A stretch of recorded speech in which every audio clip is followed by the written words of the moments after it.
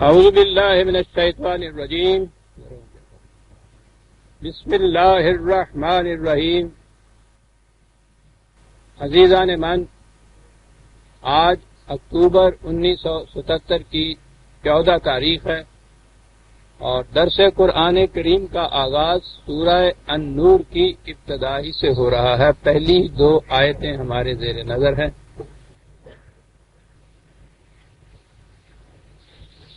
شاید بعض احباب کے دل میں یہ خیال گزرتا ہو ان آیتوں میں بات تو اتنی سی تھی کہ زانی مرد اور زانی عورت کو 100 کوڑوں کی سزا دی جائے۔ میں نے گزشتہ 2 درس اس پہ صرف کر دیے اور آج کا تیسرا درس بھی اسی کی نظر ہو جائے گا۔ تو یہ اتنی سی بات تھی جسے افسانہ کر دیا، اتنی اس طوالت کی ضرورت کیا، لیکن آپ نے گزشتہ 2 درسوں میں دیکھ لیا ہوگا کہ اس کی ضرورت تھی۔ اور اب پھر میں دہرا دوں اسے کہ اس سزا کے متعلق بھی ضرورت اس لیے ہے کہ آج کل ہمارے ہاں جو عام طور پہ یہ ہے کہ پاکستان میں اسلامی نظام یا نظام مصطفیٰ صلی اللہ علیہ وسلم قائم کیا جائے گا تو اس میں صرف یہ بتایا جاتا ہے کہ صاحب اس میں چور کے ہاتھ کاٹے جائیں گے، زانی کو کوڑے لگائے جائیں گے یا ان کو سنسار رجم کیا جائے گا، اور بس یہ کیا کہا اور سمجھ لیا نظام مصطفیٰ قائم ہو گیا اس پہ۔ تو ادھر اس کی اہمیت اتنی قرار دی جا رہی ہے کہ گویا اگر یہ سزائیں مل گئیں تو نظام مصطفیٰ کا قیام اس کے معنی، یعنی وہ تفصیل ہی اتنی بتاتے ہیں جہاں پوچھو۔ جب بھی یہ کہتے ہیں کہ صاحب آپ شرعی نظام نافذ کیجئے تو اس کے معنی یہ ہوتے ہیں کہ یہ سزائیں دینی شروع کر دیجئے۔ بس یہ سزائیں دیں اور انہوں نے سمجھا کہ نظام نافذ ہو گیا۔ دوسری طرف غیر مسلم ہیں، ان کے آئے دن اعتراضات ہوتے رہتے ہیں کہ آپ کے ہاں تو اس قدر وحشت ناک سزائیں تجویز کی گئی ہیں جو بقول ان کے کبھی کسی عہد جاہلیت یا عہد بربریت کی یادگار ہیں۔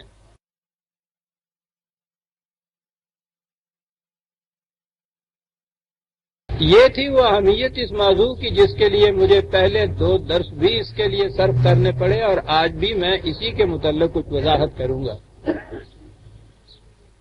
اصل میں تو سوال یہ آ گیا تھا اصولی کہ یہ جرم اور سزا جو ہے اس کا باہمی تعلق کیا ہے، قرآن اس سے مقاصد کیا حاصل کرنا چاہتا ہے، اور اس میں ضمناً یہ جنسی تعلقات کے متعلق بات چھڑ گئی تھی کہ یہ صرف 2 افراد کے درمیان ایک حادثہ یا واقعہ کا ذکر نہیں۔ آپ نے سابقہ درس میں دیکھ لیا ہوگا کہ اس کا اثر قوموں کے مستقبل کے اوپر پڑتا ہے۔ قوموں کے فنا اور بقا کا ایک سبب وہ احتیاط یا بے احتیاطی ہے جو جنسی تعلقات کے بارے میں قوم برت رہی ہے۔ اب آج کے درس میں بات پہلے سزا سے ہی شروع کرتا ہوں، پھر اس کی ذرا تفصیل آگے چل کے بیان کرتا ہوں۔ سزا کے طور پہ کہا گیا ہے کہ الزانیۃ والزانی،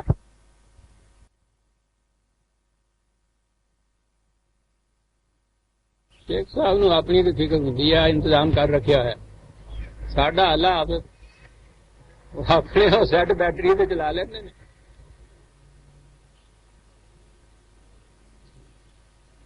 لفظ ہے یہاں کہ 100 جلدت،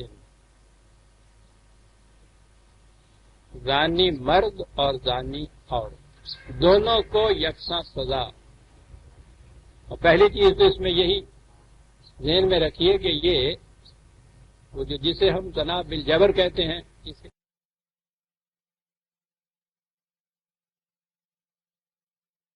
وہ تو اس میں شامل ہی نہیں ہوگی۔ کوئی فعل جو کسی سے بالجبر مرتکب اس کا ارتکاب کرایا جائے تو وہ تو جرم ہی نہیں ہوتا۔ تو یہ رضامندی سے جو یہ عمل سرزد ہوگا یہ اس کے متعلق ہے۔ جلدتن، یہ جلد جن اسی کہتے ہیں نا، یہ سکن جسے کہتے ہیں، خال جسے کہا جاتا ہے، وہاں سے ہے نا یہ لفظ۔ ہر جانور کی کھال کو یہ کہتے ہیں جلد. یہ ہمارے ہاں بھی یہ لفظ مستعمل ہے. تو پہلی چیز تو یہ ہے کہ یہ چمڑے کا بنا ہوا ایک تمانچہ سا ہوتا تھا. اور دوسری چیز اس کے اندر جلدتن کیا ہے کہ وہ کہ جس کا اثر مارنے کا صرف سکن تک رہے، آگے نہ جائے. دونوں چیزیں اس کے اندر آ جاتی ہیں. حتیٰ کہ ان کے ہاں وہ عرب جاہلیہ کے اندر وہ نوحہ کرنے والی عورتیں ہوتی تھیں. یہاں تو اب معلوم نہیں اندرون شہر ابھی تک یہ رسم ہے یا نہیں. ہمارے ہاں تو پرانی گاؤں کے زمانے میں یا شہروں میں بھی اصل میں یہ ہم نے تو بہت سی چیزیں ہندوؤں سے لی تھی نا، تو ان کے ہاں میت پہ نوحہ کرنے والی آتی تھی. اور ہمارے ہاں پھر مسلمانوں میں بھی یہ نوحے ہوتے تھے. اور میں اس لیے خاص طور پہ کہتا ہوں کہ ہم تو نو مسلم تھے، یہ راجپوت بالکل تو ہمارے ہاں تھے. اور رام جاندہ ہی جائے گا، رحیم آؤں ہی آؤں رہے گا. جی ہاں، گھروں کے اندر ہمارے یہاں 80-90% رسومات ساری ہندوانہ چلی آتی تھی. تو وہ میت پہ وہ جو نوحہ کرتی تھی اولانیاں کہندے سن انہوں، تو وہ گالوں کو پیٹتی تھی. ہاں ہے شیرا کوئی نہیں تیرا ایویں گیو پہلے ہلے موت دا پاٹا. یہ بھی یاد ہے. تو یہ ہاتھوں سے تماچے مارتی تھی. تو انہوں نے اپنے ہاں کچھ چمڑے کا بنا رکھا تھا، تو وہ چمڑے سے یوں مارا کرتی تھی. اس کو بھی المجلد کہا کرتے تھے وہ، چمڑے کی کوئی چیز جس سے کچھ ایسے مارا جائے. تو یہ جو جلدتن کی سزا، اب اس کا میں ترجمہ تو کروں گا نہیں، کوڑے ترجمہ کیا جائے تو پھر بھی وہ ذہن کے اندر اب ہمارے ہاں یہاں یہ جو بید ہے جیل خانے میں جو لگتے ہیں وہ اس کا وہ کچھ ترجمہ کر دیا جاتا ہے. تو پہلی چیز تو یہ دیکھیے کہ یہ بید جو یہاں لگتے ہیں وہ اگلے دنوں ہی، خدا نہ کرے میرے جیسا آدمی تو شاید دیکھ ہی نہ سکے، بہت رقیق القلب ہوں. وہ ڈاکٹر تک بھی یہ کہہ رہا تھا کہ نہیں، وہ جو کہا گیا ہے اس مجرم کے متعلق کہ وہ 5 کوڑوں کے بعد بے ہوش ہو گیا تھا، وہ کہتا تھا، ڈاکٹر نے کہا تھا کہ نہیں، وہ بڑا سخت جان تھا، تندرستی اس کی بڑی تھی، وہ تو 10 تک بھی اس طرح کھا سکتا تھا. تو گویا وہ ایسے کوڑے ہیں کہ وہ زیادہ سے زیادہ اتنے تک ہی کھا سکتا ہے. یہاں 100 ہیں وہ یہ جلدتن. تو اگر یہ 100 ہوں تو آپ اندازہ لگا لیجئے اس کا. پھر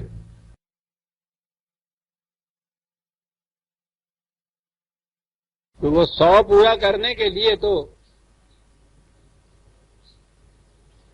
جو کہا ہے کسے نہ مان کے دیگر بنازے بتا تیرے ناز کشی، مگر کہ زندہ کو نہیں خل کرا ہو باز کشی. ایسا ہی ہوگا کہ اب تم ایک دفعہ مار دیا کوئی نہیں رہا، پھر زندہ کرو پھر مارو. تو 100 جلدتن کی یہ سزا ہے. تو یہ کوڑے، یہ بیت جسے آپ کہتے ہیں، بہرحال یہ تو وہ نہیں ہے. کوئی ایسی ہی چیز یہ مار ہے نا کہ جو 100 کھا سکتا ہے. پھر دوسری چیز یہ ہے کہ قرآن کریم میں صرف 2 جرم ہیں جن کے لیے یہ جلدتن کی سزا ہے. ایک تو یہ زنا کے جرم کی، اور دوسرا شریف زادیوں پر بے جا تہمت لگانے کی. زنا میں 100 ہیں اور اس میں 80 ہیں. قرآن کریم میں کسی اور سزا کے لیے یہ جلدتن بھی نہیں، یہ صرف 2 جرم ہیں. یہ دوسرا کا ذکر بھی ابھی آگے آتا ہے، تیسری یا چوتھی آیت میں ہی اسی صورت میں. تو یہ ہیں وہ جلدتن جو سزا کے لیے ہیں. لیکن ہمارے ہاں یہ تو قرآن کی بات ہے زنا کی یہی سزا قرآن نے تجویز کی ہے، لیکن ہمارے ہاں جو احکام شریعت ہیں اب ان میں یہ کہا جاتا ہے کہ یہ سزا جو ہے یہ غیر شادی شدہ جو ہے زانیہ ان کی سزا ہے، شادی شدہ کی سزا رجم یا سنگسار کرنا۔ قرآن کریم میں کہیں ذکر نہیں رجم یا سنگسار کرنے کا۔ یہودیوں کے ہاں یہ سزا پہلے ہوتی تھی سنگسار کرنے کی، بعد میں انہوں نے بھی اسے اپنے ہاں منسوخ کر دیا تھا اور اس کی جگہ یہی جلدتن جو تھا، اب میں کوڑے کہہ دوں تو آپ ذہن میں یہ جلدتن ہی رکھیے کہ یہ سزا انہوں نے اپنے ہاں تجویز کر لی تھی۔ وہ کوڑے لگاتے تھے اور مجرم کا منہ کالا کر دیتے تھے۔ یہ منہ کالا کر دینا جو ہے یہ وجہ تذلیل انسانیت ہے۔ قرآن نے منہ کالا کرنے والی بات جو تھی اس کو تو حذف کر دیا اور صرف کوڑے جو تھی یا جلدتن جو تھی وہ سزا رکھی، رجم کوئی سزا نہیں رکھی۔ یہ بات یاد آ گئی بعد میں سے کہ یہ تذلیل انسانیت یعنی قرآن کریم میں نے کہا ہے بنیاد اس کی یہ ہے کہ یہ انسانیت کی تکریم کو برقرار رکھتا ہے۔ یہ جرم اور مجرم میں فرق کرتا ہے۔ جرم ایک لغزش ہوتی ہے جس لغزش کی سزا ملنی چاہیے، لیکن جس سے یہ جرم سرزد ہوتا ہے وہ انسان بہرحال رہتا ہے، اس کی انسانیت اس سے نہیں چھن جاتی۔ کتنی دور تک یہ بات جاتی ہے کہ تکریم انسانیت پہ حرف نہ آنے پائے، یہیں سے ایک ضمناً بات سامنے آ گئی۔ ہمارے ہاں اور میں سمجھتا ہوں شاید ساری دنیا میں، میں اپنی بیٹیوں اور بہنوں سے آج خاص طور پہ معذرت خواہ ہوں کہ مسئلہ ایسا آ گیا ہے، سامنے موضوع ایسا آ گیا ہے کہ اس میں بار بار اس چیز کا ذکر آئے گا تو وہ ناگزیر ہے، لیکن معذرت ضروری ہے۔ میں بیٹیوں بہنوں کے سامنے یہ الفاظ بھی نہیں دہرایا کرتا۔ تو عام طور پہ جسے حرامی بچہ کہا جاتا ہے، ولد الزنا بھی اسے کہا جاتا ہے، حرامی بچہ ساری عمر معاشرے کے اندر ذلیل رہتا ہے، خوار رہتا ہے، نہایت قابل نفرت، اور اس کے متعلق کبھی کسی نے سوچنے کی زحمت بھی گوارا نہیں کی کہ اس کو کس جرم کی سزا مل رہی ہے جو ساری عمر اس ذلت کی نگاہ سے دیکھا جاتا ہے۔ بچے کے تو اپنے اختیار میں نہیں ہوتا کہ وہ منکوحہ میاں بیوی کے اختلاط کی وجہ سے پیدا ہو یا اس قسم کے اختلاط کی بنا پہ پیدا ہو، اس کا تو کوئی اس میں اختیار ہی نہیں ہوتا۔ جرم تو انہوں نے کیا تھا، اس نے کیا جرم کیا ہے؟ ساری عمر وہ کتنا ہی نیک شریف پاک باز زندگی بسر کرے، لیکن یہ بات کے ساتھ حرامی بچہ ہے، وہ اتنی سی چیز اس کے ڈبو دینے کے لیے کافی ہے، این طرفہ تماشا بھی نہ کرنا گناہ گار ہے۔ کبھی سوچا ہے آپ نے کہ اس نے کیا گناہ کیا، اس نے کیا جرم کیا ہے؟ اور پھر ہر جرم کے بعد اگر کوئی توبہ کرتا ہے، معافی ملتی ہے تو جرم دھل جاتا ہے۔ اس نہ کردہ گناہ گار کا جرم وہ ہے جو دھل ہی نہیں سکتا، یعنی وہ کیا توبہ کرے گا؟ وہ تصور عیسائیت کا جو تھا کہ ہر پیدا ہونے والا بچہ اپنے اولی ماں باپ کے گناہ کا بوجھ اپنے پشت پہ لے کے پیدا ہوتا ہے اور وہ ساری عمر وہ داغ دھل نہیں سکتا، انہوں نے اس میں سے پھر بھی ایک شکل نکال لی کہ حضرت مسیح علیہ السلام کے کفارے پہ ایمان لے آئے تو دھل سکتا ہے ورنہ نہیں دھلتا، یعنی وہ جو گناہوں کا بوجھ لے کے آیا ہے وہ اس کا اپنا جرم و قصور نہیں ہے. اولی ماں باپ نے کوئی گناہ کیا، اس کا دھبا وہ لے کے آ رہا ہے اور مٹ نہیں سکتا. بین ہی یہ تصور ہے جو آپ اس قسم کے بچے کے متعلق ذہن میں رکھتے ہیں کہ اس کے ماں باپ نے ایک گناہ کیا، جرم کیا، اس جرم کا داغ لے کے بقول ہمارے یہ پیدا ہوا، اور یہ عیسائیت کے اس تصور کی طرح ساری عمر مٹ ہی نہیں سکتا اس بیچارے سے. کتنی قیامت ہے عزیزان من. ایک انسان کے بچے کو جس نے خود کوئی غلطی اور جرم قصور نہیں کیا، اس کو معاشرے میں اس قدر قابل نفرت اور قابل ذلت تصور کیا جائے اور اس کا کی کوئی گنجائش اس کے لیے نہیں ہو کہ وہ اپنے اس داغ کو دھو سکے. اور یہاں سے بات یاد آ گئی اور نظر آ گیا کہ جسے ہم حضور رحمت اللہ عالمین کہتے ہیں صلی اللہ علیہ وسلم، ان کی نگاہ رحمت و کرم کہاں تک جاتی تھی صاحب. ایک حدیث ہے جو عام طور پہ مشہور نہیں ہے، لیکن میں نے جب اس پہ نگاہ ڈالی تو اس کے اندر تو مجھے وہ چمکتا ہوا ہیرا نظر آیا صاحب. وہ حدیث یہ ہے کہ حضور نے فرمایا کہ قیامت میں لوگ اپنی ماؤں کے نام سے پکارے جائیں گے. کیا بات ہے اس رحمت اللہ عالمین کے، کہاں تک نگاہ گئی ہے. باپ کے نام سے پکارنے میں یہ بات آ جاتی تھی نا درمیان میں، ماں کے نام کے پکارنے سے کوئی ایسی بات نہیں آتی.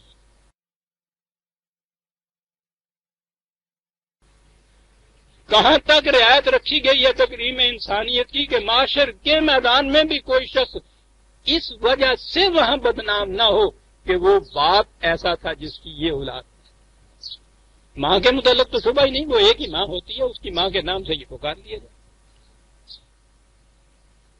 تو میں کہہ یہ رہا تھا کہ یہودیوں نے اپنے ہاں اس جرم کی سزا میں کوڑے بھی رکھے تھے اور منہ کالا کرتے تھے. قرآن نے منہ کالا کرنے والی بات جو ہے وہ تو سزا میں سے اڑا دی کہ یہ وجہ تذلیل انسانیت ہے. جرم کی سزا ضروری ہے تمدنی زندگی میں، سوسائٹی کی زندگی کے اندر، وہ رکھی. اور وہ جیسا میں نے ابھی کہا ہے 100 کوڑے تھے. جلدتاً چمڑے کا ایک بنایا ہوا ہوتا تو اس میں بھی ایک شرط ہوتی تھی کہ گرا نہ کہیں اس کے اندر ہو، اسپاٹ سا ہوتا ہے. اور وہ سوچ لیجئے کہ کیا ہوتا ہوگا جو 100 درے کھا کے بھی، وہ 100 کوڑے کھا کے بھی اس کے بعد پھر زندہ پھرتے. قتل کی سزا تو نہیں دی نا قرآن نے اس میں. تو میں نے عرض کیا ہے کہ ہمارے ہاں پھر یہ ہے کہ نہیں، شادی شدہ اگر یہ ہو تو یہ رجم یا سنسار کیا جاتا. قرآن کریم میں سنسار کی سزا کہیں نہیں.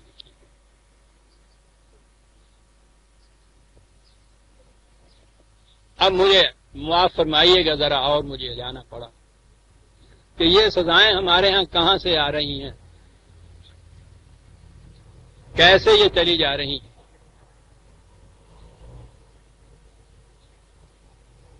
کہا یہ گیا کہ صاحب اسلام دین فطرت.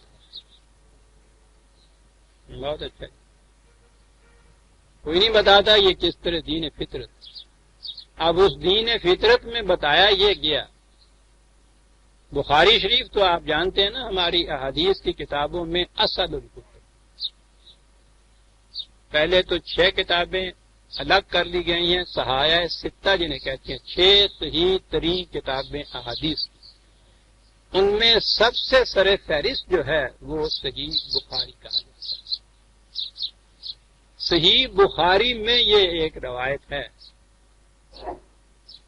وہ ایک صحابی ہیں حضرت عمر بن محمود. وہ کہتے ہیں کہ میں نے زمانہ جاہلیت میں قبل اسلام میں، میری بیٹیاں معاف کر، کہ میں نے جنگل میں دیکھا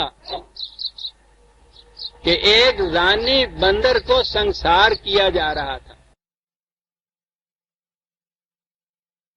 چنانچہ میں نے بھی کچھ وہ کہتے ہیں پتھر مارے تھے. تو یہ گویا فطرت کے مطابق تھا. بندر یا حیوان جرم زنا کا مرتکب،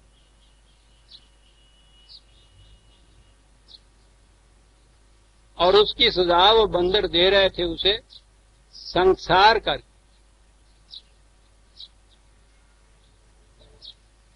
اتنے ہی تک محدود رہنا چاہتا ہوں بیٹیوں کی وجہ سے، ورنہ ایک تو یہ کتابیں ہیں نا ہمارے ہاں حدیث کی، اور ایک ان کتابوں کی تشریح ہے، جیسے قرآن کی تفسیر ہوتی ہے ان کی تفسیر بھی آگے ہے. تو یہ جو روایت تو اتنی سی ہے، اس تفسیر میں جو اس کی تفصیلات اور باریکیاں دی ہوئی ہیں انہیں میں اس محفل میں بیان نہیں کر سکتا. وہ امام ابن حجر عسقلانی ہیں،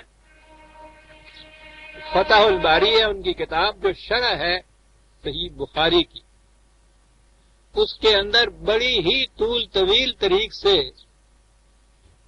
بڑے لذت لے لے کے اس کی تفصیلات بیان کی ہوئی.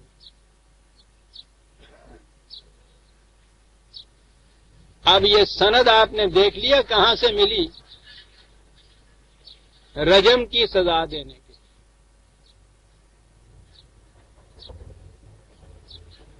اب آپ کہیں گے کہ صاحب یہ تو بہرحال ایک واقعہ انہوں نے بیان کیا عہد جاہلیہ کا، تو اس کے لیے ہمارے ہاں سند کیسے آ گئی؟ سند بھی موجود ہے. ان روایات کی روح سے تو یہ قرآن کریم کی اہمیت کو، عظمت کو کام کرنے کے لیے، نگاہوں سے گرانے کے لیے تو آپ کو معلوم نہیں کتنی روایات ہیں. بنیاد اس پہ ہے کہ رسول اللہ صلی اللہ علیہ وسلم اس قرآن کریم کو اس مرتب مدون شکل میں خود کتاب کی شکل میں جمع کر کے دے کے ہی نہیں گئے. چلیے صاحب، کس شکل میں یہ تھا؟ جس کتاب عظیم کی حفاظت کی ذمہ داری خود خدا نے لے رکھی ہے. رسول اللہ صلی اللہ علیہ وسلم سے یہ حکم دیا گیا تھا کہ بلغ ما انزل الیک، جو تمہیں دیا جاتا ہے پہنچاؤ ان کو. قرآن کریم میں یہ بات ہے کہ یہ نہایت معزز کاتب ہیں جو اسے لکھتے ہیں. خود ہمارے ہاں کی انہی روایات میں ہے کہ 26 کاتب تھے، ان کے تو نام موجود ہے روایات میں، جو وحی کو لکھتے تھے. یہ بھی روایت ہے کہ وہ مسجد نبوی میں بہت بڑی تختی کے اوپر ایک ستون کے قریب، یہ رق کے اوپر قرآن میں ہے کہ ہرن کی کھال کے اوپر، یا اس زمانے میں یہی کاغذ مضبوط ترین ہوتا تھا. اب بھی ہمارے ہاں پرانی دستاویزات جو لکھی جاتی ہیں وہ ایک قسم کا گلیز سا کاغذ ہوتا ہے کھال کا. تو یہ ہرن کی کھال کی چھیل جو تھی وہ کاغذ بنایا کرتے تھے جو مضبوط ہو اور نامالود نہ ہو سکے کبھی. قرآن میں یہ ہے کہ یہ رق کے اوپر لکھا ہوا صحیفہ محفوظ ہے. 26 کاتب اس کے لکھنے والے. لیکن کہتے رہیے یہ قرآن میں ہے تو ہوا کرے. وہ کہتے ہیں کہ نہیں، رسول اللہ تو اس کو ایسے ہی چھوڑ گئے تھے. کسی کاتب نے اپنے ہاں کھجور کے پتے پہ لکھ لیا، کسی نے اونٹ کے چھانے کی ہڈی پہ لکھ لیا، کسی نے ایک پتھر کے ٹکڑے پہ لکھ لیا، کسی نے تختی پہ کوئی حصہ لکھ لیا. بکھرا ہوا چمن میں ہر طرف بکھری ہوئی ہے داستان میری، کہیں مدون شکل میں نہیں تھا. تو حضور کی وفات کے بعد پھر یہ خیال پیدا ہوا ان لوگوں کے دلوں میں، صحابہ کے دلوں میں. اندازہ لگائیے، مملکت کا آئین ہے، پوری امت کا دستور ہے، خدا اس کی حفاظت کا ذمہ لے رہا ہے. رسول اللہ مامور ہوئے تھے اس کتاب کو دینے کے لیے، اور وہ چیز ہے کہ جس کا الحمد کے بعد جو قرآن شریف کی پہلی سورت شروع ہوتی ہے، ذالک الکتاب لا ریب فیہ، اس میں یعنی جس میں شروع میں پہلی سطر میں لکھا ہوا ہے کہ یہ بک وہ ہے کہ جس کی یہ خصوصیات ہیں. پہلی سطر میں پہلا لفظ یہ لکھا ہوا ہے. کہتے ہیں نہیں، یہ بک کی شکل میں تھا ہی نہیں. تو وہ پھر ڈھونڈیا پڑی کہ صاحب اکٹھا کرو اس کو. ادھر سے کسی کو بلایا، کسی کے ادھر سے بلایا، کوئی اپنی ہڈی لے کے آ گیا، کوئی اپنا پتھر لے کے آ گیا، اور وہ بیٹھے جوڑ رہے ہیں. اور قرآن مدون ہو رہا ہے۔ جب یہ مدون ہو گیا تو اس میں انہوں نے یہ کہا کہ صاحب دو آیتیں تھیں، ایک تو ہے رضاعت کے دودھ پینے کے متعلق بچے کا ماں کے ساتھ، وہ اس وقت زیر نظر بات نہیں، دوسرا ہے یہ رجم کی سزا کے متعلق۔ سنیے روایتیں کیسے پھر بنتی۔ انہوں نے کہا کہ صاحب یہ دو آیتیں تھیں قرآن شریف میں، ہم رسول اللہ کے زمانے میں یہ پڑھا کرتے تھے، وہ ہے نہیں اس قرآن میں جو جمع کیا ہے اس کمیٹی نے۔ ان سے پوچھا گیا، انہوں نے کہا صاحب ہم نے تو بٹیری ڈنڈیا پیٹی تھی، اب یہ آئی نہیں دو آیتیں کہیں سے، تو ہم کیا کریں۔ یہ جمع کرنے والے بھی صحابی رسول اللہ ہیں، قریب ترین رسول اللہ کے زمانے میں، وہ کہتے تھے ہم پڑھا کرتے تھے، یہ کہتے ہیں کہ ہمیں تو معلوم نہیں آئی ہیں، ہمیں کیا پتا ہے، انہیں کچھ پتا نہیں، رسول اللہ کے ساتھ رہے عمر بھر، قرآن ہی قرآن تھا اس زمانے میں، اتنا چرچا اس کا ہوا کرتا تھا، کہتے ہیں ہمیں تو پتہ نہیں۔ تو بھائی ڈھونڈو کہیں سے، کیونکہ کہنے والے تو بڑے معتبر تھے، ان میں حضرت عمر بھی تھے، یعنی ایسے صحابی کہ جی ٹھیک ہے ہم تو پڑھا کرتے تھے۔ کچھ روایتوں میں ہے کہ انہوں نے کہا کہ رجم کیا بھی کرتے تھے۔ یا اللہ، کیا ہوا اس آیت کو؟ اب ڈھونڈ رہے ہیں، تلاش ہو رہی ہے۔ یہ عزیزان من کہیں کوئی تاریخ کا افسانہ نہیں ہے جو میں عرض کر رہا ہوں،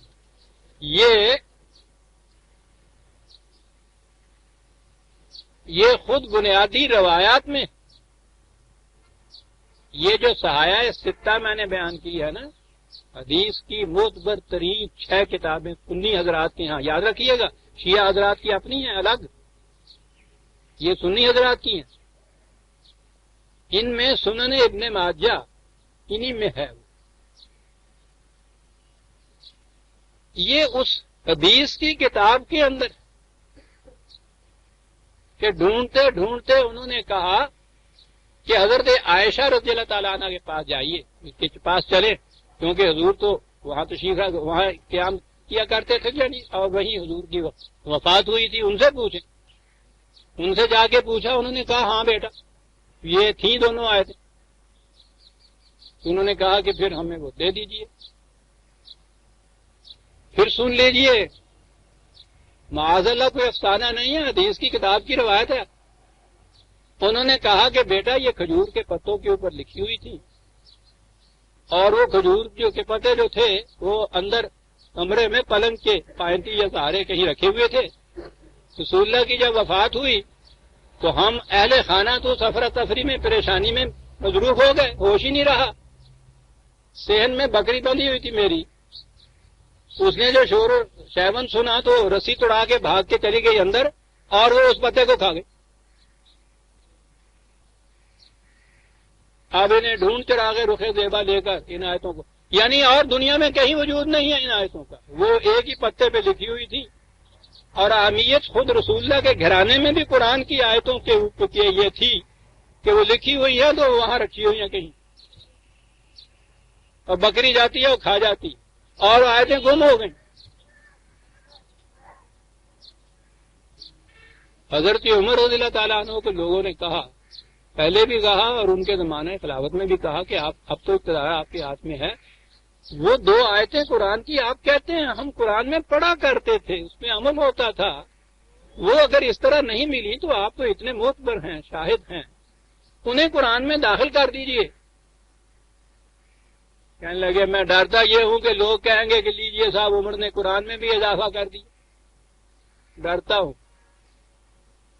اضافہ کر دیا۔ کہنے لگے پھر ہوگا کہ خدا کا حکم ہے، یہ کوئی آیت ایسی نہیں ہے کہ یوں ہی حقائق سے متعلق ہو کہ اچھا رہے رہی نہ رہی، اتنا بڑا حکم ہے قرآن خدا کا، وہ گم ہو رہا ہے، دوسری جگہ قرآن میں کہیں ہے ہی نہیں لکھا، وہ آیت کسی جگہ موجود نہیں ہے، تو آپ کیا کریں؟ انہوں نے فرمایا، یعنی ان کی روایتوں کے مطابق انہوں نے فرمایا کہ ایسا کہیے آپ کریں کہ قرآن میں اسے داخل تو نہ کریں لیکن عمل اس کے اوپر، تو خدا کا منشا یہی تھا نا کہ اس کے مطابق عمل ہو، تو ٹھیک ہے عمل کر لیجئے جناب۔ تو چنانچہ یہ آیتیں قرآن کے اندر نہیں ہیں، عمل ان کے اوپر ہو رہا۔ آپ کو معلوم ہے موجودہ قرآن کی جو شکل ہے اس کے متعلق عقائد کیا ہیں؟ اس قرآن کے متعلق عقیدہ یہ ہے کہ اس میں بے شمار آیات ایسی ہیں، قریباً 500 کے قریب گناتے تھے کہ اتنی سی کتاب میں 500 کے قریب آیات ایسی ہیں کہ جو پڑھی جاتی ہیں لیکن ان کے اوپر عمل منسوخ ہے۔ قرآن میں نہیں لکھا ہوا کہ اس آیت کا عمل منسوخ ہے، نہ، یہ انہوں نے فیصلہ کیا ہوا ہے۔ خدا نے اپنی کتاب کے اندر وہ حکم دیا ہوا ہے، اس کی حفاظت کا ذمہ لیا ہوا ہے، اور بعد میں ان علماء حضرات نے یہ فیصلہ کیا ہے کہ یہ منسوخ ہے، وہ منسوخ ہے۔ تو بے شمار آیات جو ہے وہ ابتدا میں جو گنی تھی قریباً 500 بنتی تھی کہ پڑھی جاتی ہیں، کیونکہ بھئی پڑھی پھر کیوں جاتی ہیں؟ ان کا کہ ثواب جو ہوتا ہے تلاوت سے، لینا ثواب ہی کٹ جائے اگر وہ دے جو کٹا لیجیے، لیکن ان پہ عمل منسوخ ہے۔ اور کچھ ایسی آیات ہیں کہ جو قرآن کے اندر تو نہیں ہیں لیکن حکم ان کا جو ہے وہ جاری ہے۔ بات ہوئی نا اس کتاب کی جس کی حفاظت کا اللہ نے ذمہ لیا۔ عزیزان من، مجھے تو نہ ان لوگوں سے کچھ کہنا ہے جنہوں نے یہ ساری روایات وضع کی اور گھڑی اور افسانے آپ میں شامل کیے۔ ان کے سامنے ایک سازش تھی، ایک سکیم تھی، اس کے ماتحت انہوں نے کیا۔ انہیں تو کچھ نہیں میں کہہ رہا، میں پوچھتا یہ ہوں کہ اس 1300 سال کے اندر مسلسل اور متواتر یہ ساری چیزیں آپ کے ہاں ائمہ کرام، علماء اعظام، اتنے مفسر، اتنے بڑے بڑے محدث، ساری امت مسلسل چلی آ رہی ہے، یہ سب ان کتابوں کو جن میں یہ سب کچھ موجود ہے سینے سے لگائے چلے آ رہے ہیں، اور جس نے بھی کبھی ان کے خلاف آواز اٹھائی پھانسی پہ چڑھا دی۔ زندگی کے بہرحال عزیزان من، میں کہا کرتا ہوں تو میں تو آپ آخری دور میں ہوں، آپ احباب میرے ان چیزوں کے شاہد ہیں۔ میرے نزدیک میرا ایمان یہ ہے کہ یہ کتاب عظیم، اس کا حرف اور لفظ اور چھوٹا جس طرح سے اللہ تعالیٰ نے رسول اللہ صلی اللہ علیہ وسلم کو دیا، حضور نے اسی طرح محفوظ مکتوب کتاب کی شکل میں امت کو دیا، اور آج ہمارے ہاتھ میں یہ اسی شکل کے اندر موجود ہے۔ اس میں ایک حرف کا تغیر و تبدل تسلیم کرنا خدا کے اس وعدے کو جھٹلانا ہے جو اس نے کہا ہے کہ ہم نے اسے نازل کیا اور ہم اس کی حفاظت کے ذمہ دار ہیں۔ میرا ایمان یہ ہے جو کچھ اس کے خلاف ہے، جو کہ ہے انسانوں کا وضع کردہ ہے، سازشیں ہیں، مجھے اس سے پرواہ نہیں کس نے کیا اور کس نے نہیں کیا، لیکن بہرحال دین کو اور قرآن کو اور رسول اللہ کو اس سے کوئی واسطہ نہیں۔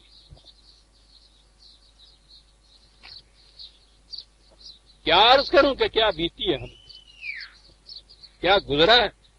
یہ کتاب عظیم ایک انقلاب ہے دنیا میں، بہت بڑا انقلاب ہے مفاد پرست گروہوں کے خلاف۔ یہ ان گروہوں کی طرف سے خاص سازش تھی کہ اس کو کسی طرح ختم ہی کر دیا جائے۔ اب یہ جو جس شکل میں یہ یوں ہے، یوں ختم کر دینا تو اس کا مٹا دینا تو اس کا ان کے لیے ممکن نہیں تھا، لیکن تو فزیکل شکل میں کتاب کی شکل میں آپ کے پاس یہ رہنے دی انہوں نے، اس کا جو بھی اس کا اثر نتیجہ مؤثر تھی وہ ساری ختم کر کے رکھ دی ہوئی ہے۔ یہ عقائد ہے اس کتاب کے متعلق، اور یہ سلسلہ کو پرانے زمانے کا نہیں۔ میرے تو کلیجے میں ناسور ہیں عزیزان من، زخم بھی نہیں ہے، رشتے ناسور بن گئے ہیں۔ ابھی حال میں ہمارے ہاں مودودی صاحب کا یہ بیان ایک سال ہی ہوا ہے، تو وہ اسلام میں بھی آپ نے دیکھا ہوگا، انہوں نے کہا کہ قرآن کریم 7 زبانوں میں نازل ہوا تھا، اللہ تعالیٰ نے اسے 7 زبانوں میں نازل کیا تھا، رسول اللہ نے صلی اللہ علیہ وسلم اسے 7 زبانوں میں امت کو دیا تھا۔ حضرت عثمان رضی اللہ تعالیٰ عنہ کے زمانے تک یہ 7 زبانوں میں قرآن موجود تھے، انہوں نے اپنی مرضی سے ان میں سے 6 زبانوں کے قرآنوں کو جلا دیا اور صرف اپنی مرضی سے ایک قرآن کو باقی رکھا، حالانکہ اس کے لیے نہ خدا نے حکم دیا تھا نہ رسول نے حکم دیا تھا۔ یہ جسے آپ معاذ اللہ لیے پھرتے ہیں قرآن کہہ کے، اس کی بھی یہ پوزیشن۔ میں کہہ یہ رہا تھا کہ رجم کی سزا قرآن میں نہیں، ہمارے ہاں یہ کہا جاتا ہے، اور جو میں کہا کرتا ہوں کہ مذہب میں پہنچ کے عقل کے چراغ گل ہو جاتے ہیں۔ سوچئے اسی قرآن میں یہ ہے کہ یہ میں آگے چل کے بیان کروں گا کہ قرآن ماحول، افراد کی نفسیات، ان کی تربیت، ان کا کتنا لحاظ کرتا ہے سزا دینے میں۔ قرآن میں یہ چیز ہے کہ یہ جو سزا ہے یہ ان شریف زادیوں کے لیے ہے، اچھی گھرانوں میں تربیت ہوئی ہو، ہمارے ہاں جیسے مہذب گھرانے کہا کرتے ہیں، محسنات قرآن ان کو کہا کرتا ہے۔ اور اس زمانے میں عربوں کے ہاں گھروں کے اندر یہ لونڈیاں جنہیں آپ کہتے ہیں، یہ بھی اب تو ملازمہ بھی وہ نہیں ہوتی ہمارے ہاں جو لونڈی کی کیفیت ہوتی ہے، یعنی اس کی نہ تعلیم نہ تربیت وہ کچھ نہیں ہوتی تھی۔ قرآن نے ان دونوں میں فرق کیا ہے، کہا یہ ہے کہ یہ چونکہ ان کی تعلیم و تربیت نہیں ہوئی ہوتی، یہ ان کو احساس زیادہ نہیں ہوتا، اس لیے ان کی سزا آدھی ہے شریف بیویوں کی سزا سے۔ قرآن میں ہے، کسی نے یہ نہیں سوچا 1000 سال کہ اگر رجم کی سزا ہے سزا کی شریف زادیوں کو، تو یہ لونڈیوں کو اس کی آدھی سزا کہاں دی جائے گی؟ یعنی آدھا حصہ انہوں نے پتھر مارے جان گے، دوسرے پاسے نہیں مارے جائیں گے، تو رجم کی آدھی سزا کیسے؟ تو گنتی کے 100 دروں کی تو آدھی ہو گئی کہ 50۔ یہ جو رجم ہے سنگسار کرنا، آدھا آدھا گاڑ کے زمین میں پتھر مار مار کے مارنا، اس کی آدھی سزا کیا ہوگی؟ کس کو ضرورت ہے کہ یہ پوچھے ان سے؟ پوچھے کفر کا فتویٰ لگے۔ بہرحال قرآن میں یہ سزا ہے کوڑوں کی سزا، جلدتن کی سزا۔ اب ہمارے ہاں اب سزا تو یہ ہے اتنی، کیا کریں؟ فقہ آتی ہے آگے، پھر معافی چاہتا ہوں بیٹیوں سے۔ شرط یہ ہے ہمارے ہاں فقہ میں کہ یہ جو ہے یہ عمل اختلاط کا زنا کا سمجھ لیا آپ نے، اس کے لیے 4 عینی گواہ ہونے چاہیے۔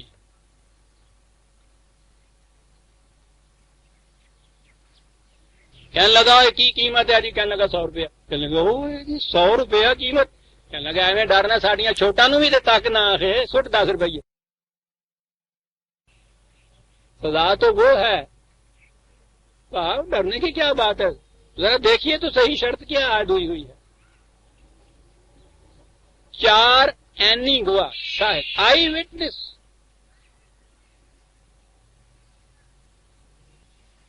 کبھی آج تک کسی صورت میں بھی یہ شرط جو ہے یہ پوری ہو سکتی؟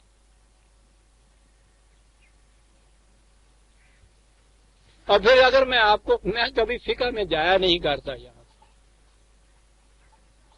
وہ تو بڑی عجیب عجیب شرطیں ہوتی ہیں۔ یہ بھی شرط ہے کہ اگر دارالحرب کے اندر کوئی شخص اس طرح سے اس فعل کا ارتکاب کرے اور اس کے بعد وہ دارالسلام کی طرف آ جائے تو پھر یہ جرم نہیں ہوتا۔ یعنی واقعہ دی جڑی لکیر آ گئی ہے نا، انہوں ٹپ کے پرلے کھیت ہی چے کچھ ہوئے تو وہ بعد پھر کوڑی کوڑی کرتا ادھر آ جائے تو پھر جرم کوئی نہیں۔ یہ عزیزان ایمان میں تو ایک آدھ بتاتا ہوں یہ عرض کرنے کے لیے کہ آپ دیکھیے کہ یہ جسے ہم کہتے ہیں یہاں اسلامی نظام وغیرہ نافذ ہوگا، یہ ہے وہ فقہ۔ خیر،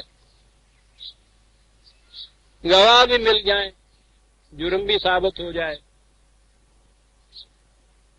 اس پہ بھی دل پسیج جاتا ہے 100 کوڑے۔ اب کوڑے تو یہ سمجھے گئے نا یہاں کے بیت، پوچھا گیا کہ یہ تو بڑی سخت سزا ہے. مودودی صاحب نے فرمایا ہے، اپنی تفسیر میں لکھتے کہ اگر بوڑھا ہو، کمزور ہو، سمجھا جائے برداشت نہیں کر سکے گا، تو یہ نہیں ہوا کہ خیر اس کو پھر معاف کر دیا جائے. نہیں، کہنے لگے نہیں، قانون اس کا تقاضا پورا کرنا ہوگا. پھر کیسے کرنا ہوگا؟ کہنے لگے ایک جھاڑو لے، اس میں 100 تنکے مان لے، 100 تنکوں کا جھاڑو، اور اس کو یوں چھوڑا دے ایک دفعہ، تقاضا ہو گیا جرم کا. تفسیر میں لکھا ہے عزیزان من، زبانی کلامی کو بات مجلس کی نہیں ہوئی ہے، وہ تفسیر جس کے ترجمے باقی زبانوں کے اندر ہو رہے ہیں. عزیزان من، کیا کہیں گی باقی قومیں آپ کے اس اسلام کے؟ آیت کے باقی الفاظ پورے کر لوں تو پھر میں آگے بتاؤں گا کہ قرآن کی سزائیں کن شرائط سے مشروط ہیں، کس ماحول میں دی جاتی ہیں. آیت پوری یوں کر دوں میں، فادر میرا پنجابی سمجھے گا نہیں، اردو بغیر گل نہیں ہوتی. پنڈا بھی سارے ہلوان والے جڑے ہوں نے انہوں کہتے ہیں ذرا کہ تو کڑھا لا دی بہت دی. نہیں سمجھے گا یہ کہ بات کیا ہوتی ہے. وہ جو جوا ہوتا ہے نا، وہ اس کے یہاں دیا ہوا ہوتا ہے، مسلسل چلنے سے اس کے اندر بڑی ہیٹ پیدا ہو جاتی ہے. ذرا سا اس کو روک کے اس جوئے کو ذرا سا اونچا کرتے ہیں. تو دے مانے ہوں آگے نا، تو کے لے جانا ہے نا تے آؤ، وہ کہنے نہیں وہ تھوڑی جی تو اگڑا رہا ہے دی، یعنی کلیار کے تھوڑا جہا جوا ہوتا. اے شیخ صاحب تو اگڑا لینے نے میری اس طرح جی صاحب ہی ہنسے، تسی ترجمہ کر دیو جی جو میں نے نہیں آؤں. جی ہاں، فجلدوا کل واحد منہما مئۃ جلدۃ ولا تأخذکم بہما رأفۃ فی دین اللہ ان کنتم تؤمنون باللہ والیوم الآخر. عام ترجمہ یہ کیا جاتا ہے کہ پھر یہ سزا دینے میں تمہاری نرم دلی، رقیق القلبی، اس سے نرم دلی سے کام نہ لینا. یعنی ذہن میں یہ آتا ہے کہ پھر وٹ کے مارنا، ہاں ذرا سی نرمی نہ برتنا. یہ بید مارنے یا جلدتاً مارنے کے متعلق نہیں ہے، یہ ہے لا تاخذکم. ججوں کے متعلق کہا گیا ہے کہ یاد رکھو عدالت کی کرسی پہ تم بیٹھے ہوئے ہو، تمہارے دلی جذبات اس سزا کو، اس حکم کو نافذ کرنے کے راستے میں روک نہ بن جائے، تمہیں روک نہ دیں اس چیز سے. عدل کا معاملہ ہے، عدل کے معاملے میں جو بھی جرم کی تم سزا سمجھتے ہو تمہیں اسے نافذ کرنا ہوتا ہے. تاخذ کے معنی ہوتا ہے کسی چیز کا دامن کش ہو جانا، پکڑ لینا اس کو. وہ جج بھی تو انسان ہوتے ہیں، ہو سکتا ہے کہ ان کے اندر بھی کچھ یہ مختلف قسم کے جذبات بھی ہوں. اس میں بڑی چیز کہی گئی ہے ججوں کے متعلق کہ ان کی انفرادیت، یہ تبھی جو اندر کی خصوصیات ہیں، کوئی نرم دل ہوتا ہے اور اس کے مقابلے میں کوئی سخت دل بھی تو ہوتا ہے. سب کہ سوال ہی نہیں کہ وہ نرم دل ہے یا سخت دل ہے، اس نے تو قانون کے مطابق جرم کی سزا کا، تمہارا ذاتی جذبات جو ہیں اس کے راستے میں روک نہیں بننے چاہیے. یہ بھی ہو. آگے ہے وَلْيَشْهَدْ عَذَابَهُمَا طَائِفَةٌ مِّنَ الْمُؤْمِنِينَ. اس کے معنی یہ کیے جاتے ہیں کہ یہ سزا دینی ہو نا تو پھر ایک دنگل اکٹھا کرو جماعت مومنین کا اور ان کے سامنے یہ سارا کچھ کرو. آپ سوچئے کہ جو قرآن تکریم انسانیت کی اتنی پاسداری کرتا ہو، اس کے ہاں یہ ہوگا کہ مجرم کو یہ سزا دی جانی ہے تو اس کے لیے ایک امبو اکٹھا کرو، ایک مجمع اس کے لیے لگاؤ. یہ جو ہے وَلْيَشْهَدْ، اس قسم کی بدنی سزا دینے کے لیے جیسے ہمارے ہاں ڈاکٹر کھڑا ہوتا ہے، یہ وَلْيَشْهَدْ ہے، گواہ ہے، یہ صرف شہادت ہے اس امر کی. کہ یہ جو چیز ہے تنہائی کے اندر، اس کوٹری کے اندر یہ چیز جو ہے یہ ایسے نہ ہو کہ وہ صرف مجرم وہاں ہو، اور یہ جلاد کا لفظ آپ نے دیکھا، یہ جلدتاً صحیح تھا، بات تو یہ تھا وہ یوں مارنے والا، اور آپ جلاد کا لفظ آپ جانتے ہیں ہمارے ہاں کن معنوں میں استعمال ہوتا ہے، کہ یہ صورت نہ ہو کہ تنہا وہ ہو تنہا یہ ہو، اس میں خود اس جلاد جو یہ مارنے والا ہے اس کے جذبات بھی تو بیچ میں آ سکتے ہیں، ہو سکتا ہے کہ ذاتی طور پر اس کو بھی کچھ قد ہو اس سے، اس لیے کہا یہ کہ یہ دو ہی نہیں ہونے چاہیے، تو وٹنس بھی اس کے ساتھ، شاہد بھی اس کے ساتھ کھڑا کرو جو یہ دیکھے کہ وہ سزا اس کے مطابق ہے جو دی جا رہی ہے، کہیں نہ سختی برتی جا رہی ہے نہ اس میں رعایت برتی جا رہی ہے، شاہد ہے لفظ اس میں، مجمع نہیں ہے، شہادت میں ہے۔ وہ آج میں نے کہا نا کہ آج کے قانون میں بھی میرا خیال ہے کہ ڈاکٹر بھی ہوتا ہے، شاید جیل کا بھی کوئی افسر ہوتا ہے، یہ قرآن کا وہ ہے ول یشہد ہے کہ وہ تنہائی میں یہ نہ ہو کہ وہ ایک کوٹڑی کے اندر جلاد ہو اور مجرم ہو اور جس طرح سے جی چاہے اس کو یہ کرے، نہیں، اس کے سامنے وہ شاہد ہونے چاہیے، یوں یہ سزا دی جانی چاہیے۔ یہ ہے صرف ایک آیت جرم زنا کی سزا کے متعلق۔ اب آئیے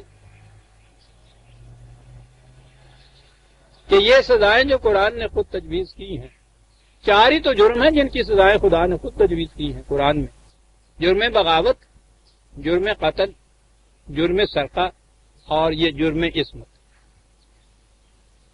باقی جو ہے ان کو جرم قرار دیا ہے، معیوب قرار دیا ہے، ان کی سزائیں اسلامی مملکت پہ چھوڑ دی ہیں کہ وہ حالات کے تقاضے کے مطابق خود سزائیں تجویز کرے، اپنے ضابطۂ قانون میں خود ان کا تعین کرے۔ لیکن یہ جو قرآن نے تجویز کی ہیں یا جن کے متعلق اجازت دی ہے اسلامی مملکت کو، یہ کس کے متعلق بات ہو رہی ہے؟ یہ اسلامی مملکت کے متعلق بات ہو رہی ہے، یہ اسلامی نظام کے متعلق بات ہو رہی ہے۔ اسلامی نظام وہ ہوتا ہے کہ جس میں اقدار خداوندی عملاً نافذ ہوتی ہیں۔ اقدار خداوندی سے پہلی چیز اس میں اول شرط یہ ہے تغیر نفس، ذہنیتیں بدلی جاتی ہیں، نفسیاتی کیفیتیں بدلی جاتی ہیں، تعلیم و تربیت سے اس کے اندر ایک انقلاب پیدا کیا جاتا ہے۔ وہ معاشرہ ان افراد پر مشتمل ہوتا ہے جن میں یہ تغیر نفس آ چکا ہوتا ہے۔ ایمان نام ہی اس چیز کا ہے کہ اندر کی تبدیلی جو ہے اس کا اعتراف زبان سے کرے، اندر تبدیلی نہیں ہے تو زبان سے اس قسم کے الفاظ دہرانے کا نام ایمان نہیں ہے۔ یہ مومنین کی جماعت کا ذکر ہو رہا ہے، یہ اسلامی مملکت اور اسلامی نظام کا ذکر ہو رہا ہے۔ اب اس اسلامی نظام میں کیا کیفیت پیدا ہو جاتی ہے؟ میں اسی نظام عدل کو لیتا ہوں، اس میں عدل کا دار و مدار شہادت پر ہوتا ہے۔ بڑی اہم چیز ہے شہادت، یہ لا جاننے والے حضرات آج بھی جانتے ہیں کہ سب سے مشکل ترین جو قانون ہے وہ قانون شہادت ہے۔ شہادت کا قانون جو جی میں آئے بنا لیے۔ اسلامی نظام میں اب کہیے تو میں کہہ دوں کہ مسلمانوں میں اس سے مراد میرے وہ مسلمان ہیں، ہم نہیں ہیں۔ اسلامی نظام میں آپ دیکھیے گواہ جسے ہم کہتے ہیں اس کی کیفیت کیا ہوتی ہے؟ 4/135 یا ایھا الذین آمنوا کونوا قوامین بالقسط شہداء للہ، اے اس طرح سے اپنے اندر تغیر نفس پیدا کرنے والوں، ایمان لانے والوں، عدل کا قائم کرنا تمہارا ایک فریضہ ہے۔ اس کے لیے شہادت دینے کے لیے جاؤ تو نہ مدعی کی طرف سے جاؤ نہ مدعا علیہ کی طرف سے جاؤ، خدا کی طرف سے گواہ بن کے جاؤ۔ عزیزان من، ہم تو آج ان لفظوں کے بھی معنی نہیں سمجھ سکتے. مدعی مدعا علیہ نہیں، ملزم اور مستغیث کی طرف سے نہیں، خدا کی طرف سے جا کے شہادت دو خدا کی طرف سے. سنیے عزیزان من، وَلَوْ عَلَىٰ أَنفُسِكُمْ، خواہ وہ شہادت تمہارے اپنے خلاف ہی کیوں نہ جائے. یا اللہ، سن رہے ہیں یہ کون سے شاہد ہوں گے جناب؟ خود تمہارے اپنے خلاف کیوں نہ جائے. اول والدین، تمہارے ماں باپ کے خلاف بھی کیوں نہ جائے. والاقربین، تمہارے اعزاء اور رشتہ داروں کے خلاف بھی کیوں نہ جائے.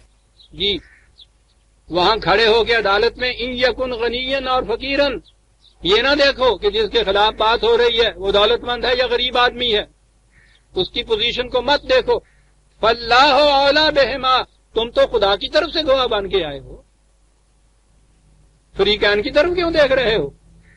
اللہ کا حق ان کے مقابلے میں زیادہ فائد ہے. فلا تتبعوا الهوى ان تعدلوا، صحیح بات کہنے میں ذاتی تمہارے اپنے جذبات قطعاً دخل انداز نہ ہو جائیں. وَإِن تَلْوُوا، گول مول بات نہ کرو، صاف دو ٹوک بات کرو، زمانی بات نہ کرو. اور تورزو، گریز کی راہیں تلاش نہ کرو کہ جانا ہی نہ پڑے شہادت کے لیے. سمنی صرف نہ ہونے دو، سوال ہی نہیں ہے. تم پر تو خداوندی فریضہ ہے، اور اگر یہ کچھ کرو گے تو ہو سکتا ہے کہ عدالت کو یا وہاں جو حاضر ہیں ان کو تو تم کسی طرح فریب دے لو. فَإِنَّ اللَّهَ كَانَ بِمَا تَعْمَلُونَ خَبِيرًا، اس خدا کو کیا جواب دو گے کہ جو تمہارے دلوں کے حالات سے بھی واقف ہے. یہ ہے وہ نظام عزیزان من جس کے اندر یہ سزائیں ہیں. دوسری جگہ یہ اس جماعت کو یہ کہا کہ یاد رکھو 2/282 نظام اس کی ضمانت دے کہ گواہ کو کسی قسم کی کوئی تکلیف نہیں پہنچائی جائے گی، نہ اس کو نقصان ہوگا. یہ پورا نظام ہوگا. اس نظام کے اندر رکھو یہ ساری چیزیں جو قانون ہیں قرآن نے دیے یا جرائم دیے ہیں. گواہ کو کسی قسم کی تکلیف نہیں پہنچائی جائے گی، نقصان نہیں پہنچایا جائے گا. یہ تو ہوئے گواہ. ججز کے متعلق ہے، اور آپ کو معلوم ہے کہ مخاطب کس کو کیا گیا ہے جج کی حیثیت سے بھی. ایک نبی سے کہا جا رہا ہے. 38/26 38/26 یا داؤد انا جعلناک خلیفۃ فی الارض، اے داؤد تمہیں اقتدار دیا گیا ہے یہاں لوگوں کے معاملات کے فیصلہ کرنے کا. فاحکم بین الناس بالحق، لوگوں میں الحق کے مطابق فیصلے کرو. الحق تو وہی خداوندی کو کہتے ہیں، اس کے مطابق فیصلے کرو. اور اگلی بات ہے ولا تتبع الهوى، اپنے ذاتی جذبات کو قطعاً اس میں دخل انداز نہ ہونے دو. صاحب یہ کوئی آسان بات کہ ذاتی جذبات ذاتی خیالات آنے ہی نہ پائے اس کے اندر، لیکن قرآن تو تربیت اس قسم کی کرتا ہے. نبی سے کہا جا رہا ہے کہ جج کی حیثیت سے بیٹھے ہو عدالت کی کرسی پر، اپنے جذبات کو قطعاً اس کے اندر دخل انداز نہ ہونے دو. کس واسطے؟ فَيُضِلَّكَ عَن سَبِيلِ اللَّهِ، ذاتی جذبات آئے تو اللہ کے راستے سے تم گمراہ. یہ حضرت داؤد علیہ السلام سے تھا، اور اس سے بھی آگے وہ ذات اقدس و اعظم کے جس سے بڑھ کر آسمان کی آنکھ اور عادل کس کو تصور کر سکتی ہے. دیکھنا تو ایک طرف رہا، نبی اکرم صلی اللہ علیہ وسلم سے حکم ہوا ہے 5/49 49. حکم یہ ہے کہ وَأَنِحْكُمْ بَيْنَهُمْ بِمَا أَنزَلَ اللَّهُ، اے رسول ان میں فیصلے کرو تم عدالت کی کرسی پہ بیٹھ کے تو ما انزل اللہ کے مطابق فیصلے، قرآن کے مطابق فیصلے کرو ان میں. وَلَا تَتَّبِعْ أَهْوَاءَهُمْ، ان کے خیالات، جذبات، رعایتیں کسی قسم کی اثر انداز نہ ہونے پائے. جب وہ انبیاء کرام اور رسل کو یہ تاکیدیں کر رہا ہے تو آپ سوچ لیجئے کہ جو بھی ان کی جانشینی میں عدالت کی کرسی کے اوپر بیٹھے گا اس پہ کیا کیا ذمہ داریاں نہ آئے ہوں گی. گواہ تو وہ اور ججوں کی یہ کیفیت. اس کے بعد اگلی چیز جو قرآن نے کہی ہے وہ پورا ماحول ایسا کریٹ کرتا ہے کہ جس کے اندر یہ جرائم جو ہیں یہ صرف ایکسیپشن کی شکل اختیار کر لیتے ہیں، معاشرے میں عام نہیں ہوتے. پہلی چیز جو میں نے آپ سے کہی ہے کہ قرآن نے خود کہا کہ شریف زادیوں کے مقابلے میں لونڈیوں کی سزا آدھی ہے. پہلی تو یہی بات آ گئی. حالانکہ معاشرہ ایک ہی ہے، اس معاشرے میں بھی مختلف افراد ہیں جن کی تعلیم میں، تربیت میں فرق ہے. تو اس زمانے میں یہ جو لونڈیاں تھیں ان کی تو حیثیت ایسی، اب ہم اس کی مثال ہی نہیں دے سکتے، ملازمہ کی مثال تو دی نہیں جا سکتی. قرآن نے خود کہہ دیا کہ نہیں، ان کی تربیت، ان کی ذہنی سطح اتنی اونچی نہیں ہوتی کہ یہ جرم کی شناعت کا اچھی طرح احساس کر سکیں. ان کی خود ہی آدھی سزا تجویز کر دی. اور اس کے مقابلے میں نبی اکرم صلی اللہ علیہ وسلم کی گھرانے کی خواتین سے کہا کہ اگر تم سے کبھی خدا نہ کرتا اس قسم کا جرم سرزد ہوا تو دگنی سزا دی جائے. جی دیکھ رہے ہیں کہ 3 کیٹیگری تو یہی ہو گئی ہمارے سامنے. ایک عوام کے جن کی عام تربیت و تعلیم ہوئی ہے یہ سزا. ان میں سے جن کی تعلیم و تربیت نہیں ہوئی ہے، گنوار ہیں ابھی تک، خود ہی ان کی آدھی. اور ان میں سے جن کی خاص طور پہ تربیت و تعلیم ہو چکی ہوئی ہے ان کی دگنی سزا. اور کہا اس لیے کہ تمہارے ان اعمال کے متعلق اس کا اثر تمہاری ذات تک نہیں رہے گا، معاشرہ تمہاری طرف دیکھ رہا ہے. وہ جو حضرت عمر کا وہ قول ہے کہ جب بھی کوئی قانون نافذ کرتے، اناؤنس کرنے کے بعد سب سے پہلے گھر آتے اپنے گھر والوں سے کہتے کہ یہ بات میں نے آج اناؤنس کی ہے، اچھی طرح احتیاط برتو کہ اس کی خلاف ورزی ذرا سی ہونے نہ پائے. یاد رکھو یہ باقی باہر والے تمہاری طرف پرندوں کی نگاہ سے دیکھ رہے ہیں کہ تم کیا کر رہے ہو. تمہاری ذرا سی حرکت ان کے لیے نذیر بن جائے گی. اگر تم نے ایسا کیا تو قرآن کے الفاظ میں دگنی سزا تمہیں دوں. اسلامی معاشرہ کے اندر، اور یہ واقعات تو حضرت عمر کے زمانے کے معلوم ہیں کہ ایک شخص کے ملازموں نے، غلاموں نے، یہ سمجھ لیجئے کسی کی اونٹنی لی، چوری کی، ذبح کیا، آ گئے، گرفتار ہوئے.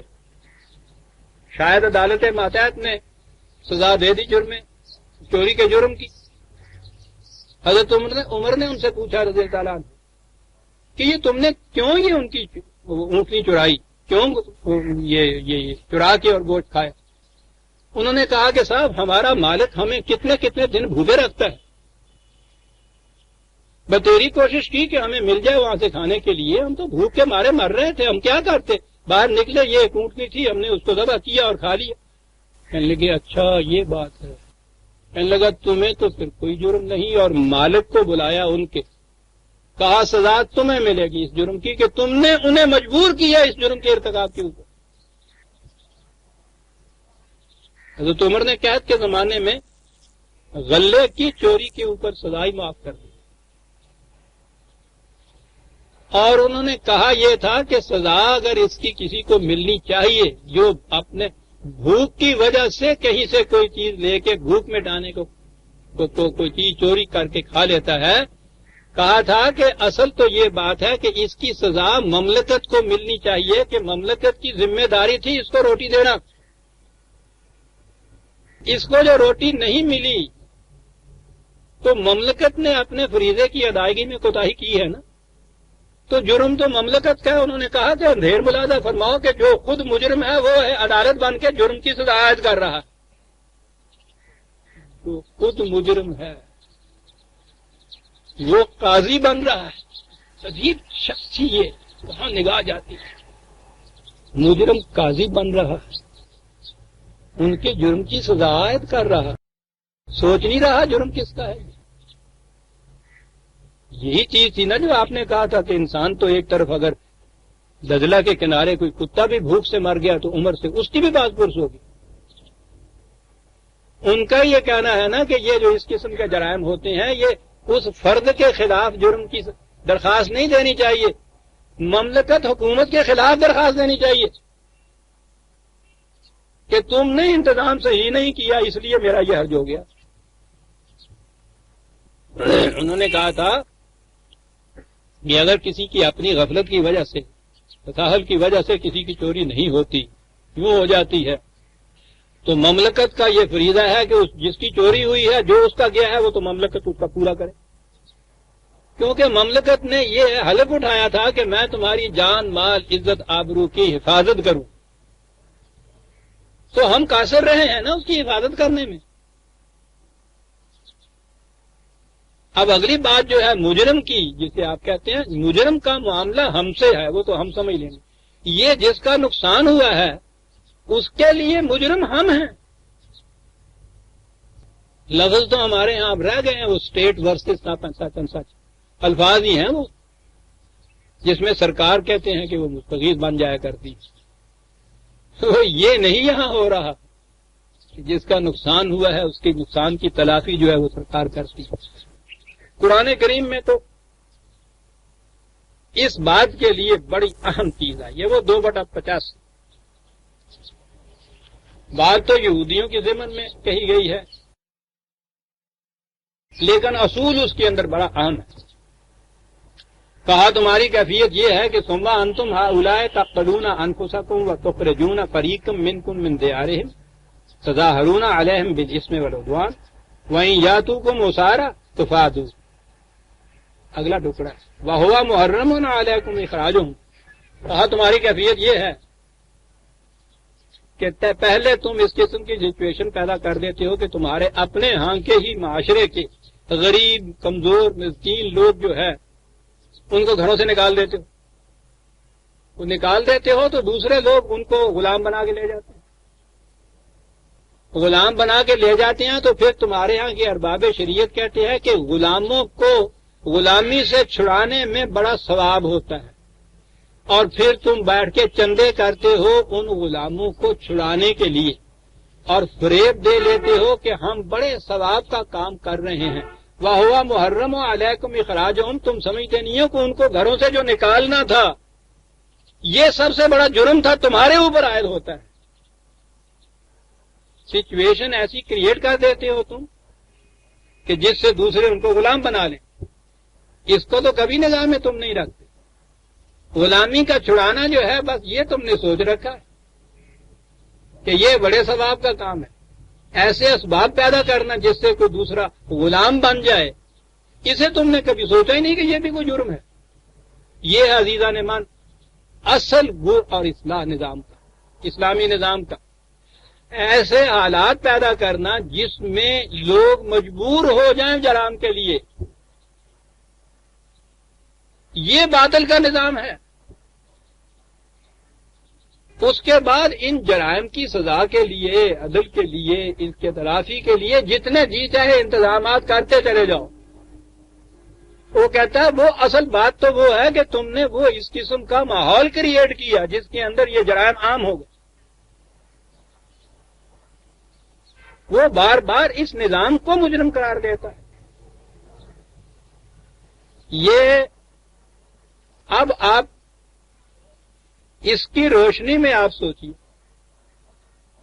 کہ اب سزائیں یا یہ جرائم، یہ پہلی چیز تو یہ ہے کہ پھر وہ کون لوگ رہ جائیں گے کہ جو اس قسم کے جرم کے مرتکب ہوں۔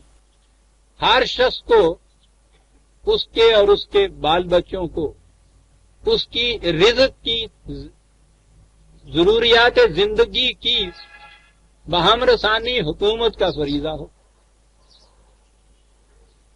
ہر شخص کو یہ چیزیں دینا حکومت کا فریضہ ہو، یہ ملتی ہوں، یہ سب کچھ کسی کی ضرورت رکی ہوئی نہ ہو، اور اس کے بعد بھی اگر کوئی شخص کسی سے چوری کر کے کچھ لیتا ہے تو اس کو تو گولی مار دینی چاہیے. سائیکالوجی کے اندر بعض اس قسم کی نفسیاتی بیماریاں لکھی گئی کہ یہ سارا کچھ کرنے کے باوجود وہ ان کا رجحان قانون شکنی کی طرف ہی جاتا ہے، اور وہ خود یہ کہتے ہیں کہ اس قسم کی بیماریوں کا علاج خوف کے ذریعے کرایا جا سکتا ہے. یہ وہ جو سزائیں آپ دیکھتے ہیں کہیں کہیں، یہ صرف اس قسم کی نفسیاتی بیماروں کے لیے، اور وہ تو ایکسیپشنز ہوتے ہیں معاشرے میں. صحیح معاشرے کا معمول جو ہے، نارمل کنڈیشن تو صحت کی ہونی چاہیے نا، بیماری ایکسیپشن ہے نا. فرد کی زندگی کے اندر بھی زندگی تندرستی کی رہنی چاہیے، یہ نارمل ہے نا. بیماری اس کے اندر ایکسیپشن آتی ہے. معاشرے کے اندر قانون کے مطابق عمل کرنا یہ معمول ہے اسلامی معاشرے کا. اس میں اس قسم کی قانون شکنی کے واقعات جو ہے یہ ایکسیپشن ہیں. یہ ایکسیپشن جو ہیں یہ اس ذہنیت کی وجہ سے. پہلی چیز اس معاشرے نے یہ کی تھی کہ تغیر نفس کیا. یعلمہم الکتاب والحکمہ، نبی کا فریضہ یہ ہے کہ وہ قانون کی تعلیم دے اور اس کی غرض و غایت بتائے. وَيُزَكِّيهِمْ، اس طرح سے ان کی ذات کی نشو و نما کرے. یہ پہلا فریضہ ہے اسلامی مملکت، اسلامی نظام کا. یہ کچھ جب کرے اور اس معاشرے کے اندر اگر اب اس قسم کے مریض رہ جائیں کہ اس انداز سے جس کے اندر یہ چیز نہ ہو، وہ قانون شکنی کی طرف جائے خود، تو اس کو وہاں سے روکنے کے لیے یہ تخویف، یا جس کو آپ ڈر کہتے ہیں، سزا جسے آپ کہتے ہیں، یہ اس کے لیے ہے. اور اسی لیے قرآن کریم نے سزاؤں کے ساتھ یہ کہا ہے وَمَن تَابَ وَأَصْلَحَ. دیکھ لو کہ یہ جو فیصلے کا ڈر ہے اس کا کہ اس سے یہ ہو جائے گا، پیسہ سناؤ، دیکھو اگر اس میں اصلاح کی گنجائش نظر تمہیں آتی ہے پھر سزا والی بات نہیں. بات تو یہ تھی نا کہ وہ قانون کے کا پابند رہے. یہ چیز کبھی تو یہ سہون ہو جاتی ہے. وہ بھی میں نے جیسا کہا تھا وہ کمزوری ہوتی ہے انسان کی ذات کے استحکام کی، عزم نہیں ہوتا اس میں. لیکن بعض اوقات اس قسم کی چیزیں اس ذہنیت کی بھی ہوتی ہیں جو میں نے ابھی کہا ہے کہ مریض ذہنیت ہوتی ہے. اگر وہ خوف سے یعنی ایکچولی وہ چیز نہ کی جائے بلکہ اس کو بتایا جائے کہ یہ ہوگا، اگر اس سے ہی اس کے اندر اصلاح ہو گئی ہے اور اس نے یہ تسلیم کر لیا ہے کہ واقعی مجھے یہ نہیں کرنا چاہیے تھا، آئندہ نہیں کروں گا، کہا کہ اگر اس کا اطمینان ہو جائے عدالت کو تابہ، اور اس کے بعد ہے اصلاح، کہ اس کو اس طرح سے معافی دے کہ ویجیلنس اس کے بعد رکھے، اس کے اوپر مملکت نگہداشت رکھے کہ وہ اس کے بعد اصلاح اپنی کرتا ہے. تو کہتا ہے کہ ٹھیک ہے، ان اللہ غفور رحیم. سزاؤں کے ساتھ یہ جو چیزیں ہیں قرآن کی، آپ دیکھیے کہ پورے اس نظام کے اندر فٹ ان ہوتی ہے ساری بات. معاشرہ یہ ہو، ماحول یہ ہو، اس کے اندر معمول کے مطابق زندگی اس طرح سے بسر ہو رہی ہو، اس میں ایب نارملی غیر معمولی طور پر اس قسم کے حادثے واقع آئے، ان کے لیے اس قسم کا نظام عدل ہو، اس قسم کا نظام شہادت ہو. اس کے بعد خوف دلانے والی ایک چیز ہے جسے سزا کہا جائے. اگر اسی سے اس کے اندر اصلاح کا پہلو غالب آ جاتا ہے تو پھر اس کو اصلاح کا موقع دیا جائے. یہ سارا کچھ سامنے رکھنے سے پھر بات سمجھ میں آتی ہے کہ یہ قرآن کے جرائم کیا ہیں، ان کی سزائیں کیا ہیں. ان میں سے ہٹا کے اگر یہ چیز جو ہے صرف اس نئے ٹکڑے کو اپنے سامنے رکھ لیا جائے کہ یہ 100 کوڑے یا بید اور بید وہ جو یہاں ہمارے ہاں موجودہ جیل خانوں کے اندر ہوتے ہیں، اور اس کے بعد نظام عدل یہ، نظام شہادت یہاں کا یہ، اس کے لیے مجھے تفصیل میں جانے کی ضرورت نہیں ہے. ہر نظام عدل پھڑ لے عملہ والے نو چھڑ دے اوگنہار نو، یہ اس اس پس منظر میں رکھ کے قرآن کی ان سزاؤں کو یا جرائم کو نہیں دیکھنا چاہیے۔ قرآن ایک کلی چیز ہے، اس کو ٹکڑے ٹکڑے نہیں کیا جا سکتا، اس کا تجزیہ نہیں کیا جا سکتا، ڈویزیبل ہول نہیں ہے، یہ انڈیویزیبل ہول ہے، وحدت ہے، ناقابل تقسیم۔ جیسے انسان ایک پورے کا پورا ہوتا ہے، بیمار ہوتا ہے تو سارا بیمار ہوتا ہے نا، اسی طرح سے قرآن زندگی کو ایک ناقابل تقسیم وحدت قرار دیتا ہے۔ قرآن ضابطۂ حیات ہے ناقابل تقسیم وحدت کے لیے۔ اس کے کسی حکم کو بھی آپ نے دیکھنا ہو تو یہ جو کلی نظام اس کا ہے اس کی روشنی میں اس کو دیکھیں، پھر اس کی حکمت سمجھ میں آئے گی۔ وہاں تو ہر بات اور ہر حکم کے لیے وہ کہتا ہے کہ ہم حکیم ہیں، یعنی ایک مستقل صفت خدا کی، مستقل قدر اس کی جو ہے وہ تو ریزن کو کسی وقت بھی ہاتھ سے نہیں جانے دیتا۔ تو دیکھنا یہ چاہیے کہ یہ کس قسم کے پس منظر میں، کس قسم کے ماحول میں، کس قسم کے نظام میں یہ چیزیں کہی گئی ہیں۔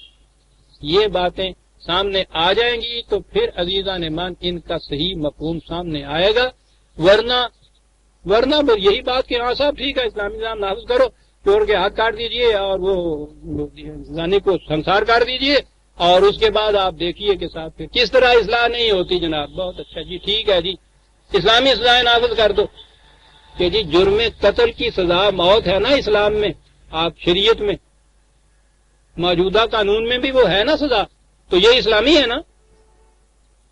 یہ اس سزا دینے سے کتنے قتل کے جرم رک جاتے ہیں، بڑھتا ہے اور ذوق گناہ یا سزا کے بعد یہاں ہر سال ان جرائم کی تعداد میں اضافہ ہوتا چلا جاتا ہے۔ یہ اسلامی سزا ہے یا نہیں؟ یہ جرم صرف سزاؤں سے نہیں رک سکتے، یہ تو اندرونی تبدیلی ہے جس سے یہ رکتے ہیں۔ دو چیزیں، پہلے وہ اس نظام کو بدلنا ہوگا، وہ ماحول کریٹ کرنا ہوگا جس میں ہر بھوکے کو روٹی ملے تاکہ وہ روٹی کی خاطر جرم کرنے کے اوپر آمادہ ہی نہ، مجبور نہ۔ پہلے نظام بدلو۔ کیا بات کہا گیا ہے وہ کہنے والا، وہ بادل نظام کی تفصیل دینے کے بعد کہتا ہے کہ تا تہو بالا نہ گردد ای نظام، جب تک یہ باطل نظام تہو بالا نہیں ہوتا، جب تک یہ نہیں ہوتا، سنیے اس کے بعد پھر دانش و تہذیب و دین سودائے خام، دانش تا تہو بالا نہ گردد ای نظام، دانش و تہذیب و دین سودائے خام۔